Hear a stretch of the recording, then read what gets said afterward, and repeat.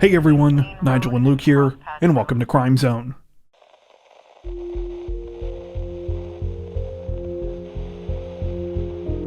Authorities in Horry County, South Carolina say that a 53-year-old woman is facing murder charges this week after she allegedly killed her ex-husband and hid his body in his own home, leading to a chilling encounter with police. The whole thing began sometime on May 16th when the Horry County Police Department received a call for a welfare check at a home on Dinger Court. Residents in the area said that they were concerned about their neighbor, 60-year-old Frederick Van Sant Jr., after they spotted a vehicle blocking his front door. When officers arrived, they found a white Honda truck backed right up to the entrance of the residence, just as callers had described.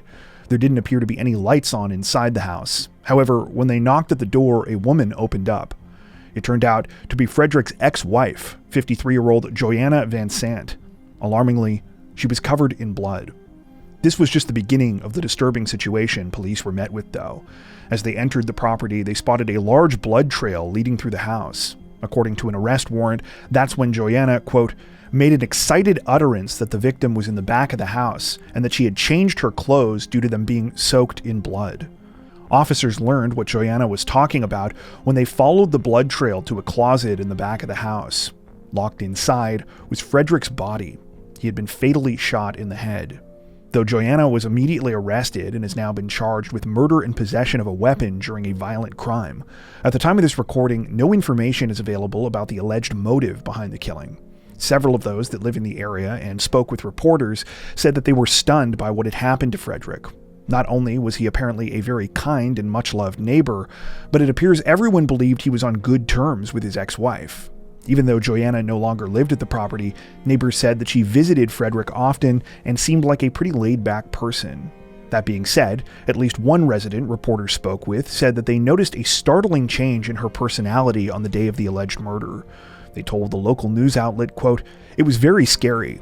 What you could see was just her, piercing eyes. It was her eyes that you could really, make out and see, even from the window." Currently, the situation is still under investigation.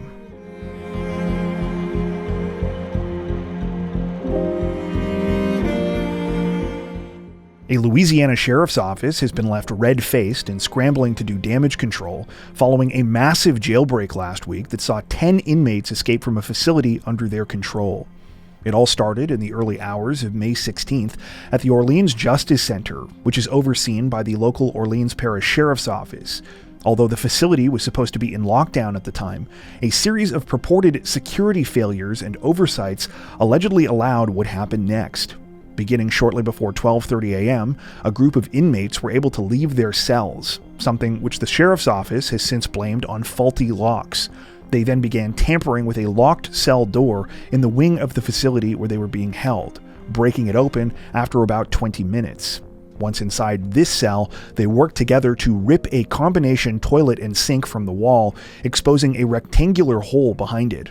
There were bars running across this hole where the toilet was connected to the pipes, though it appears the inmates were able to remove at least one of these as well, creating a space that was just wide enough to squeeze through.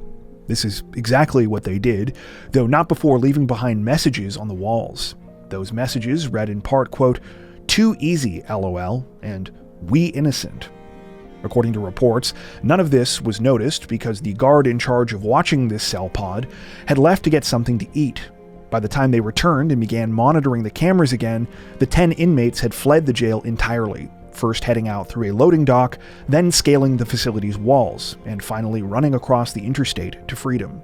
Even then, the jailbreak wasn't actually noticed until more than 7 hours later, during a routine head count at 8:30 a.m. Making matters even more concerning, a majority of the escapees were charged with very serious violent crimes. Though 5 of the 10 inmates have been tracked down and rearrested at the time of this recording, half of them are still on the run. And of course, the question on many people's minds is how could something like this be allowed to happen in the first place? Well, we already told you about the supposedly faulty doors and gaps in security, something which has led to sharp criticism of the Orleans Parish Sheriff's Office. For their part, representatives from the department say that a lack of resources greatly contributed to the situation. According to them, the jail was only at 60% staffing at the time of the incident, leaving 4 supervisors and 36 staff members to monitor 1,400 inmates. That being said, it's also been alleged that the escapees had help from the inside. At least 3 jail employees have been placed on administrative leave pending further investigation. One of those employees, 33-year-old Sterling Williams, is now accused of cutting off water in the cell where the inmates made their escape so that they could pull the toilet away from the wall. Williams claimed that the inmates threatened to shank him if he refused to help. Williams is only one of at least 12 people who has been arrested so far and accused of aiding in the escape either before, during, or afterwards. The majority of those arrested are said to be family members or other people connected to the inmates, though. At the time of this recording, those still on the run have been identified as Lenton Van Buren, Antoine Massey, Jermaine Donald, Leo Tate, and Derek Groves. Anyone with information concerning their whereabouts is asked to contact authorities immediately.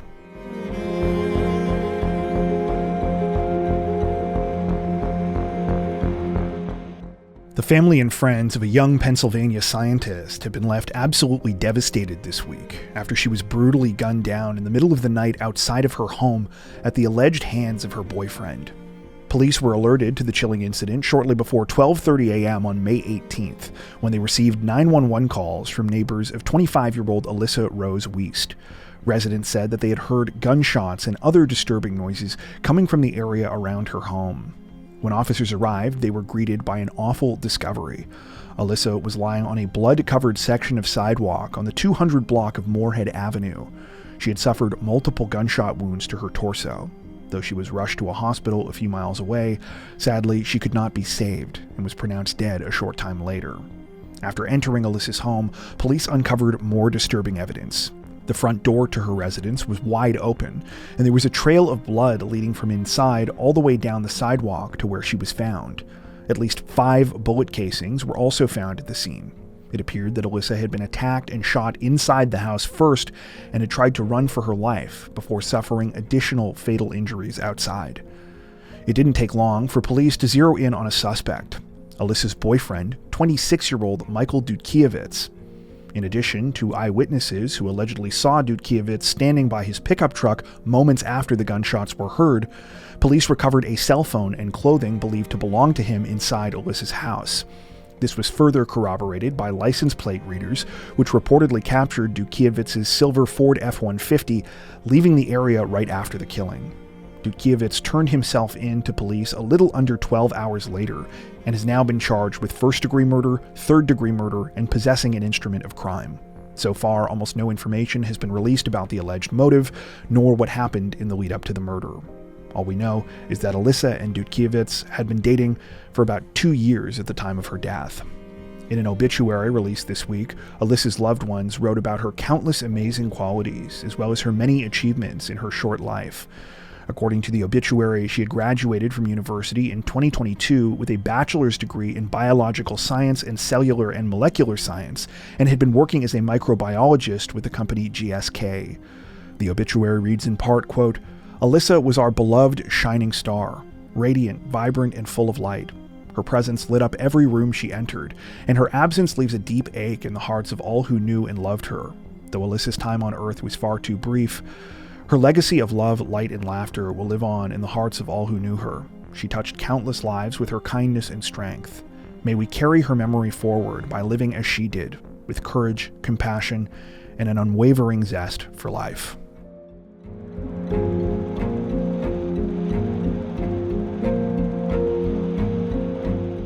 Representatives from Texas's Harris County Sheriff's Office say that they are piecing together the details of an equally strange and disturbing case this week, after a local man allegedly committed a murder that enlisted the help of a stranger to move the body, only for the witness to realize what was happening, prompting a second dramatic incident. The whole thing began at around 11 a.m. on May 16th, when Harris County police received 911 calls about a suspected hit-and-run crash in the northwest of the county. They arrived to find a silver pickup truck that had crashed into another vehicle on the road. There was a man inside of the truck who had clearly been driving, but he said he wasn't the person that officers were looking for. Instead, he claimed he was another victim of the true perpetrator responsible for all of this. Of course, police were eager to know what the man meant by another victim, and that's when things got really strange. The man in the pickup truck said that just a few blocks away, authorities would find a body. No sooner had this happened than police were alerted to more 911 calls, directing them to the same address the man in the pickup truck had told them about. Sure enough, when officers arrived at the residence in question on the 4000 block of Tim Allen Court, they found the remains of a man wrapped in a bloody blanket on the driveway. He would later be identified as Luis Silva Mendez, a contractor who was in the middle of completing a renovation project for the female owner of the home. It also turned out that Luis owned the silver pickup truck at the crash scene. As police continued to investigate and interview the witness from the crash, a clearer picture of the bizarre case began to emerge.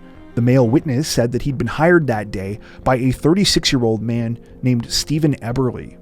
Eberly had asked him to come over to the house on Tim Allen Court, which belonged to his girlfriend. He said that he needed help moving furniture.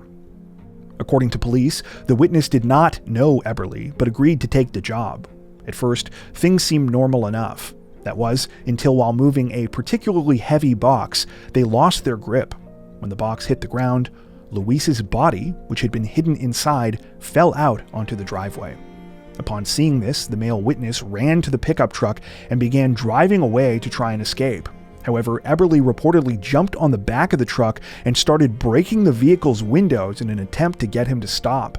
The chaotic situation had caused the witness to lose control of the pickup and crash. By the time police were called, Eberly had fled the scene. Luckily, the 36-year-old did not make it far, and police found him a short time later trying to walk back home with obvious injuries to his head. He was arrested, and it's now alleged that he stabbed Luis to death the same day that all of the rest of this happened.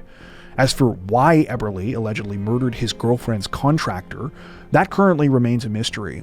All police have said is that they believe the actual killing happened when the female homeowner was at work. At the time, Luis was supposed to be remodeling a bathroom at the property. At the time of this recording, Stephen Eberly remains in custody on charges of murder and tampering with evidence.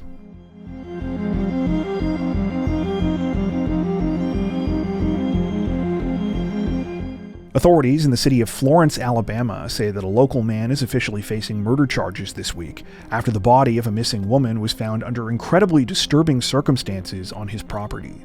The investigation began on May 18th when 38-year-old mother of two Autumn Strickland was reported missing to the Florence Police Department. Autumn had last been seen leaving a local hotel in the city's downtown the previous day around 2 a.m. At the time, she was with a group of people. Immediately, Florence police felt that they had reason to believe Autumn was in danger. They noted in reports put out to the public that she may have been living with a condition that impaired her judgment. 2 days later, on May 20th, police arrested a 28-year-old man named Logan Rogers at his home on the 2200 block of Northwood Avenue. It's still unclear at this point what Rogers' connection to Autumn was. However, we do know the reason he was taken into custody. It happened after police uncovered disturbing video allegedly showing Autumn's murder. The footage was recorded on the 1600 block of Northwood Avenue and reportedly shows Rogers hitting the 38-year-old mom twice with her own vehicle. According to police, Rogers was behind the wheel of Autumn's 2012 Kia Soul at the time. They allege he deliberately struck her, then circled back and hit her a second time before fleeing the scene. Chillingly, this was not the end though. Authorities say this same footage shows Rogers coming back to the scene about 30 minutes later in his pickup truck and loading Autumn's body into the bed before driving back to his house. After uncovering this evidence, investigators reportedly conducted a search of Rogers' Northwood Avenue residence. It was here that they found the charred remains of Autumn's body in a burn barrel on the property. Initially, Rogers was charged with attempted murder, though the charges were upgraded to murder following the gruesome discovery. Right now, no information is available about the alleged motive behind the crime, though it's said that Rogers was already in trouble with the law prior to his arrest this week. Earlier this year, he was charged with making a terroristic threat as well as domestic violence for threatening to kill his own parents. His mother obtained a protection from abuse order against him, telling the court she was terrified of him. At the time of this recording, the situation is still developing.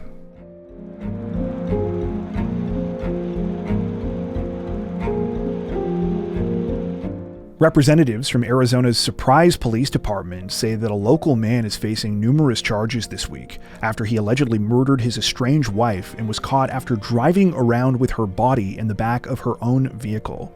The investigation began sometime on May 14th, when surprise police were contacted by the mother of 41-year-old Allison Gregory. She told them that her daughter was supposed to pick her up at the airport that day, and that she was worried because she had never arrived. She was particularly concerned because Allison and her husband, 56-year-old Brandon Gregory, were, quote, going through a difficult divorce. The mother explained that they lived together, but were separated and were in the process of ending their marriage. When police went to conduct a welfare check at Allison and Brandon's home near Loop 303 and Peoria Avenue, neither of them were there. Both of their vehicles were also missing, but what they found inside the house was alarming. There were signs of a physical struggle, as well as small amounts of blood in the hallway. After launching a search of the area, Brandon's pickup truck was discovered in a parking lot about 2 miles away from the home.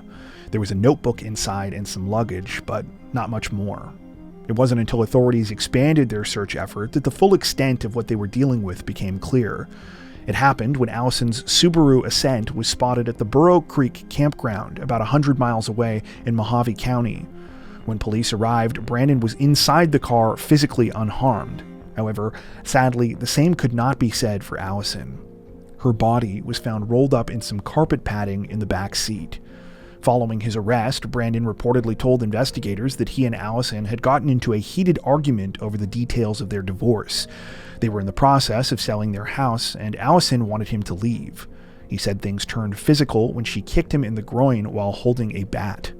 Brandon stated that after this, he took the bat from Allison, and she started running around the house screaming. He admitted he hit her several times, but claimed he tried to perform CPR as she lay dying on the floor. Once it was clear she'd stopped breathing, he said he wrapped her body up, put it in the Subaru, and cleaned up the scene. He then drove his truck to that parking lot before coming back home and leaving in Allison's vehicle. During the drive, he said he threw away her cell phone and Apple Watch. He ditched the bat in an open field after arriving at the campground. In addition to Brandon's chilling confession, police say they found a note he had written to his and Allison's children. That note was reportedly, quote, requesting their forgiveness for his actions. During a court appearance this week, Allison's family members took their opportunity to speak, telling the judge that Brandon was a dangerous person and that Allison had been trying to get away from him for some time. Her brother said in part, quote, he lied and manipulated his way back into her life. She uncovered more lies, lie after lie. The guy's entire life has been a lie. He's a manipulator and a murderer. Her mother added, quote, Allison struggled so hard to get away from him, and she was so close to it.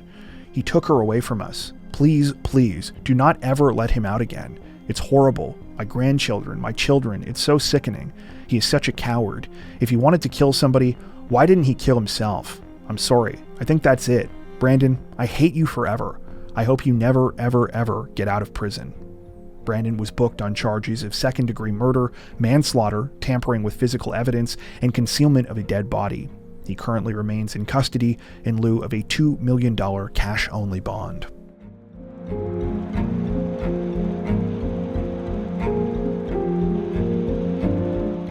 Authorities in Charlotte, North Carolina say that one fast food employee is facing charges and another is lucky to be alive after a senseless workplace dispute over burnt food last week escalated into what could have been a deadly shooting.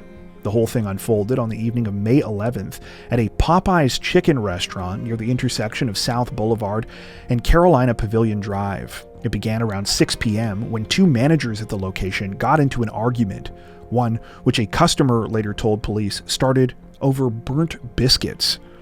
While it's unclear exactly who burned the biscuits, or really what was going on in general, we do know that things escalated quickly. It happened when one of the managers challenged the other to take the disagreement outside. During a subsequent fist fight, one of the managers, later identified as 22-year-old Rodney Wood, allegedly pulled out a gun and started shooting. The male victim was hit in the groin and chest, at which point Wood fled the scene. When officers from the Charlotte-Mecklenburg police arrived at the scene, the injured man was rushed to a hospital where he underwent emergency surgery. Wood, meanwhile, was arrested a short time later in the same shopping plaza where the whole thing took place. According to police, during a conversation, Wood claimed that he shot his fellow manager in self-defense after he was punched several times in the face. He also stated that the rounds he fired were, quote, warning shots that were not intended to hurt his colleague. However, authorities did not buy this explanation, particularly when they saw footage of the incident, which allegedly showed Wood shooting the other man at close range.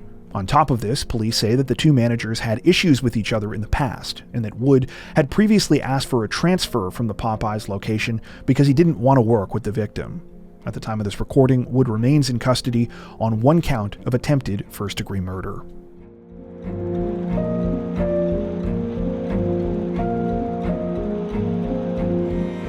Representatives from the U.S. Department of Justice say that they were investigating a disturbing crime and considering a slew of additional charges this week after a man brutally gunned down two staffers at the Israeli embassy in Washington, D.C. Murders that the suspect allegedly confessed were politically motivated. The whole thing unfolded on the evening of May 21st during an event put on by the American Jewish Committee. The event was held at the Capitol Jewish Museum, and according to the organization, was meant to bring young people together from embassies around the world to discuss, among other topics, delivering humanitarian aid to the Gaza Strip. However, shortly after 9 p.m., things took a horrifying turn when two employees at the Israeli embassy, 31-year-old Yaron Lishinsky and 26-year-old Sarah Milgram, left to head home. The young staffers, who were also a couple, had only made it a short distance from the museum when they were ambushed from behind by a man with a gun. This man was captured on surveillance video and had been seen by witnesses pacing outside the building for some time before this. After approaching Yaron and Sarah, and without any provocation, the man opened fire on them. According to reports, the shooting was extremely vicious and over the top. The gunman continued firing at the couple even after they had fallen to the ground. The death of Sarah Milgram was particularly brutal. As she attempted to desperately crawl away, the attacker continued shooting, even pausing to reload at one point. Both Sarah and Yaron were pronounced dead shortly after police responded to the scene. As for the suspect, he apparently made no serious attempt to flee. Instead, he went back to the museum and headed inside. Initially, it appears that he was mistaken for a witness. In fact, several staff members at the museum attempted to comfort him and provided him with water before he allegedly revealed what he had done and why. One witness who spoke to reporters stated that the man had told her, quote, "I did this for Gaza, free Palestine. There's only one solution, Intifada revolution." It was around this time that police arrived and the man was arrested and removed while repeatedly screaming, "Free Palestine." Following the deadly shooting, the suspect was identified as a 31-year-old Chicago man named Elias Rodriguez. A manifesto allegedly written by Rodriguez and posted to one of his social media accounts right after the incident reportedly laid out more of his grievances and motives concerning the attack. The roughly 900-word document was titled "Escalate for Gaza, Bring the War Home," and justified, quote, "armed action" as a response to Israel's conduct during the ongoing war in the Gaza Strip. At the time of this recording, Rodriguez is now facing charges including murder of foreign officials, first-degree murder, and firearms-related offenses, though Justice Department officials say they are considering adding many others. Those additional charges could include hate crime and terror-related offenses. Adding further tragedy to the situation, according to loved ones, Yaron and Sarah were due to be engaged at the time of their deaths. Yaron had recently purchased a ring and was planning to propose on an upcoming trip. The investigation into the disturbing situation continues. Before we wrap up, we'd like to take a second to give a huge shout out to everyone who has made it this far into the video. Seriously, thank you so much for watching. If you found today's upload interesting and informative, we'd be honored if you'd consider liking and subscribing, as well as hitting the notification bell and selecting all notifications to stay up to date with our latest releases. If you're looking for additional ways to help support the channel, we'd love to have you join us over on Patreon. Patrons get ad-free and early access to all of our content, as well as 4 additional stories per week for each of our Crimes of the Week and Crimes of the Week International videos. You can learn more at patreon.com/crimezone, where you'll also find some of the fine folks whose names are currently on screen. All that being said, we understand that not everyone has the means to support financially, and that's totally okay. We appreciate every like, sub, share, and comment that you send our way. Once again, thanks so much everyone, and take care.